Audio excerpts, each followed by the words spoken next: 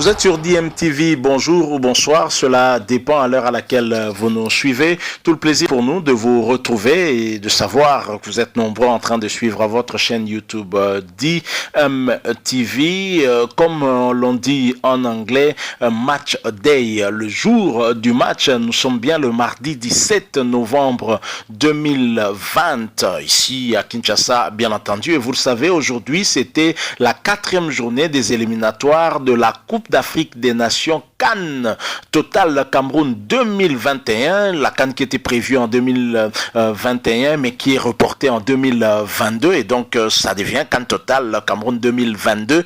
On doit s'y habituer parce qu'avec cette pandémie à Covid-19, ça a un peu tout perturbé. Alors la République démocratique du Congo devait absolument essayer en tout cas de garder sa chance dans ce groupe D qui devient plutôt compliqué avec 7 points. La Gambie et le Gabon ont en tout cas un pas vers la qualification. La RDC devait donc de les talonner un tout petit peu pour éviter de perdre toutes ses chances pour se qualifier. Je rappelle qu'il n'y aura que 2 places pour se qualifier. Alors la République démocratique du Congo aujourd'hui, surtout le coach Christian Tsengi Biembe n'avait pas droit à l'erreur. Il devait absolument faire un bon résultat en Angola et espérer aller peut-être également aussi arracher quelque chose au Gabon lors de la prochaine journée qui interviendra en tout cas au mois de mars. Le temps pour la République démocratique du Congo d'essayer de se reconstruire et de récupérer certains de ces joueurs qu'elle n'a pas pu récupérer faute des problèmes administratifs notamment. On sait que Christian Tsengi Biembe voulait compter en tout cas sur un certain nombre de joueurs qu'il n'a pas pu avoir à cause de tel ou tel autre problème. Alors la RDC bat l'Angola 1-0. Première victoire du coach Tsengi Biembe, une victoire très très importante parce que c'est une victoire qui maintient en tout cas l'espoir de qualification pour la République démocratique du Congo. Alors la République démocratique du Congo a réussi cet exploit à Luanda malgré en tout cas un arbitrage très très orienté. On a constaté dans le chef de l'arbitre sud-africain Victor Gomez, son arbitrage n'était pas tout à fait impartial, surtout en seconde période où on a vraiment senti un penchant et un peu de favoritisme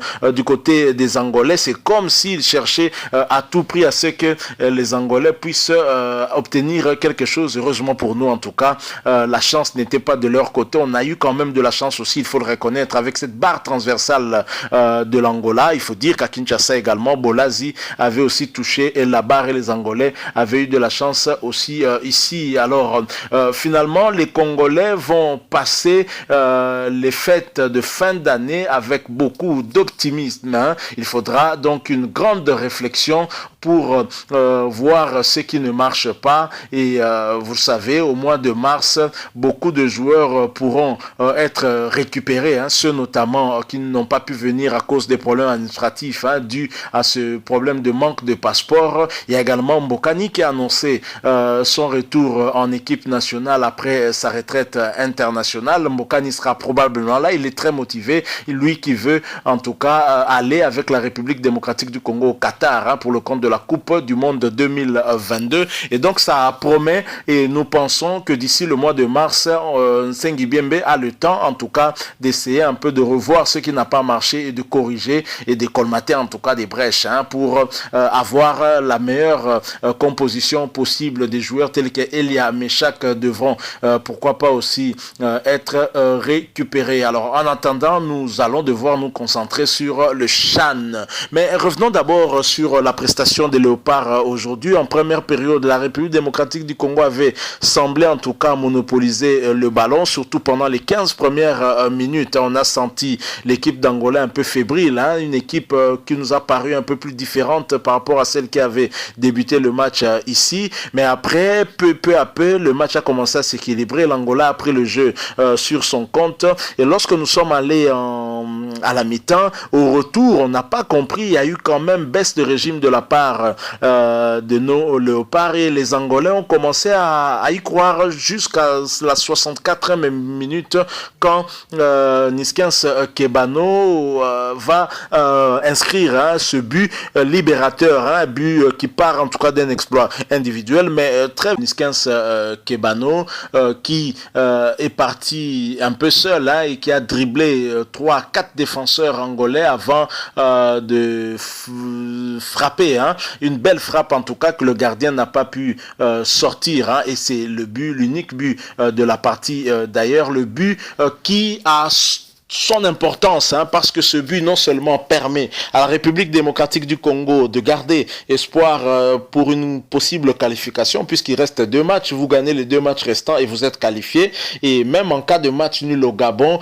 et le match retour ici contre la Gambie en dernière journée sera en tout cas une finale, parce qu'on peut imaginer que la Gambie chez elle battra l'Angola, ou du moins fera un match nul, parce que la Gambie jusque là chez elle, elle est intraitable. Voilà, Niskens Kebano. Revenons sur ce joueur qui avait été très critiqué lors du premier match où il avait été titularisé par Christian Ntsengibiembe, mais malheureusement Christian Ntsengibiembe ne l'avait pas utilisé dans son poste de prédilection, c'est-à-dire c'est quelqu'un que l'on appelle beaucoup plus souvent comme un demi-neuf. C'est un meneur de jeu et qui est plutôt devant, disons derrière l'avant en centre, notamment Cédric Bakambu. Mais pour le premier match, le match de la 3e journée ici, le 14 novembre dernier contre l'Angola, le choix du sélectionneur était pour le moins étonnant. Il avait placé sur le côté comme ailier gauche, et Niskens Kebano n'avait pas pu faire la belle prestation que nous connaissons de lui. Il avait même dû être sorti en seconde période. On sait que le trio d'attaque qui avait été choisi pour les remplacer notamment, c'était Yannick Bolazi, c'était Cédric Bakambu ainsi que Gaël Kakuta, et Niskens Kebano avait été en tout cas très critiqué par plusieurs Congolais, plusieurs observateurs, mais la faute incombait beaucoup plus au coach qui lui a donné un rôle qui n'est pas vraiment le rôle qu'il aime tant. Niskens Kebano aime plutôt être au milieu, et aujourd'hui Niskens Kebano en entrant, il était plutôt au milieu devant un Gaël Kakuta qui était un tout petit peu fatigué. Vous avez vu Niskens Kebano parfois quand ça marche, il peut nous sortir de très belles frappes, des frappes de classe et inscrire un but important. C'est ce qu'il a fait en tout cas. Félicitations à l'entraîneur Christian Ntsengibiembe qui finalement a écouté et a compris. On peut dire aujourd'hui qu'il s'agissait en tout cas d'un coaching payant de la part de Christian Ntsengibiembe. Alors ce qu'il faut également noter, c'est que le but de Niskens Kebano a tout aussi son importance, et je pense que Christian Ntsengibiembe ne va pas l'oublier de sitôt, parce que ce but consacre aussi la première victoire de Christian Ntsengibiembe, lui qui en 7 matchs n'est pas parvenu à arracher, ne fût-ce qu'un 3 points arracher la victoire, et Christian Ntsengibiembe, grâce à Niskens Kebano, finalement peut emporter ses premiers 3 points et sa première victoire en 8 matchs avec les Léopards. Et sur les 8 matchs, il y a bien évidemment 4 matchs officiels et 4 matchs amicaux. On sait qu'en match officiel, Christian Ntsengibiembe, notez bien ses statistiques, il n'a pas encore perdu en match officiel depuis qu'il est à la tête des Léopards, et ça c'est important de le signaler. Christian Ntsengibiembe a 4 matchs officiels, dont 3 nuls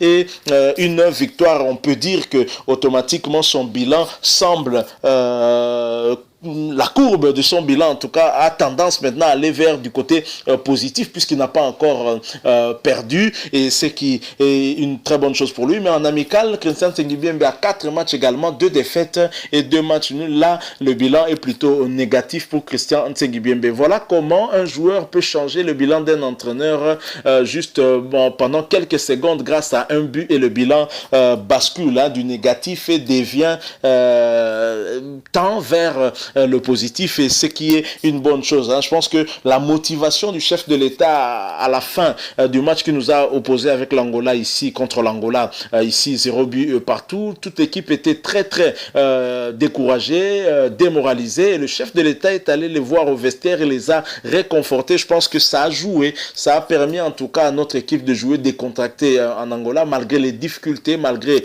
l'arbitrage médiocre de Victor Gomes, cet arbitre de 37 ans né à Johannesburg, sud-africain, qui ne voulait pas en tout cas que la République démocratique du Congo puisse battre cette équipe d'Angola. Nous ne savons pas trop pourquoi. Donc, ce qu'il y a à retenir également par rapport à ce match, c'est que la République démocratique du Congo reste la seule nation ou le seul pays dans ce groupe D qui n'a pas perdu. Voilà, c'est aussi important que nous puissions le signaler parce que toutes les 3 autres nations ont perdu. L'Angola a perdu chez elle, chez lui, a perdu contre la Gambie, a perdu également au Gabon contre les Pierre-Emerick Aubameyang, et l'Angola vient de perdre encore contre la République démocratique du Congo, mais la République démocratique du Congo a 1 victoire et 3 matchs nuls, donc c'est le seul pays dans ce groupe D qui n'a pas encore perdu. Je crois que c'est aussi dans l'actif de Christian Tsengibembe et nous devons également le noter. Christian Tsengibembe qui était en tout cas sur une chaise éjectable, maintenant je ne sais pas s'il va devenir en ballottage, on verra bien ce que fera la fédération, mais en attendant, la prochaine journée, c'est pour le mois de mars, comme je l'ai dit, on a le temps en tout cas d'essayer un peu de renforcer les postes qui posent problème, on sait qu'il y en a beaucoup dans cette équipe, et félicitations aussi à notre défense, parce que depuis quelques matchs, on sent que cette défense n'encaisse plus beaucoup, même si on a eu beaucoup de frayeurs lors de ce match en Angola. Un match très important. En tout cas, les Angolais ont joué jusqu'au bout. Les Angolais ne nous ont pas facilité la tâche, comme beaucoup pourraient le penser, parce que l'Angola, finalement, c'était très compliqué pour lui de se qualifier pour cette CAN au vu déjà du classement actuel, avec le positionnement de la Gambie ainsi que du Gabon. Et donc, beaucoup pensaient que l'Angola allait peut-être relâcher, mais non, l'Angola était très joueur, et jusqu'à la fin, et avec l'aide de l'arbitre aussi, on aurait pu en tout cas finir ce match à 1 but partout. Félicitations donc à nos fauves, et bonne continuation, et restons concentrés en tout cas, et préparons-nous en conséquence avec les autres joueurs qui vont rejoindre l'équipe nationale, notamment Mbokani qui revient. Je pense qu'on pourra alors faire une très bonne équipe en attendant mars 2021. On verra bien ce qui se passera. Voilà ce dont nous avons voulu rapidement échanger avec vous. La joie que les Congolais ont eu finalement. Après 8 matchs, il a fallu le 8e match pour voir Christian Tsengibembe gagner avec les Léopards, et cela grâce à Niskens Kebano, un but qui est très important, qui en fait va peut-être sauver Christian Tsengibembe de son poste d'entraîneur, de sélectionneur principal des Léopards, mais qui va peut-être aussi permettre à la République démocratique du Congo de se qualifier pour cette prochaine CAN, Cameroun 2022. Si vous avez aimé, laissez-nous un like, mais vous pouvez aussi mettre votre point de vue à travers un commentaire. Nous allons bien évidemment échanger avec vous dans la mesure du possible. N'oubliez pas aussi de vous abonner si vous n'êtes pas encore abonné à cette chaîne DMTV. Cliquez sur ce bouton où il est écrit s'abonner, et une fois que vous le ferez, il y a une petite cloche de notification qui va apparaître. Cliquez également dessus, elle vous permettra en tout cas de ne plus rien manquer des prochaines vidéos que nous mettrons en ligne pour vous. Merci encore une fois à vous pour ces quelques minutes partagées avec vous. Nous espérons vous retrouver prochainement avec un autre sujet d'actualité. En attendant, portez-vous bien, et DMTV vous dit au revoir.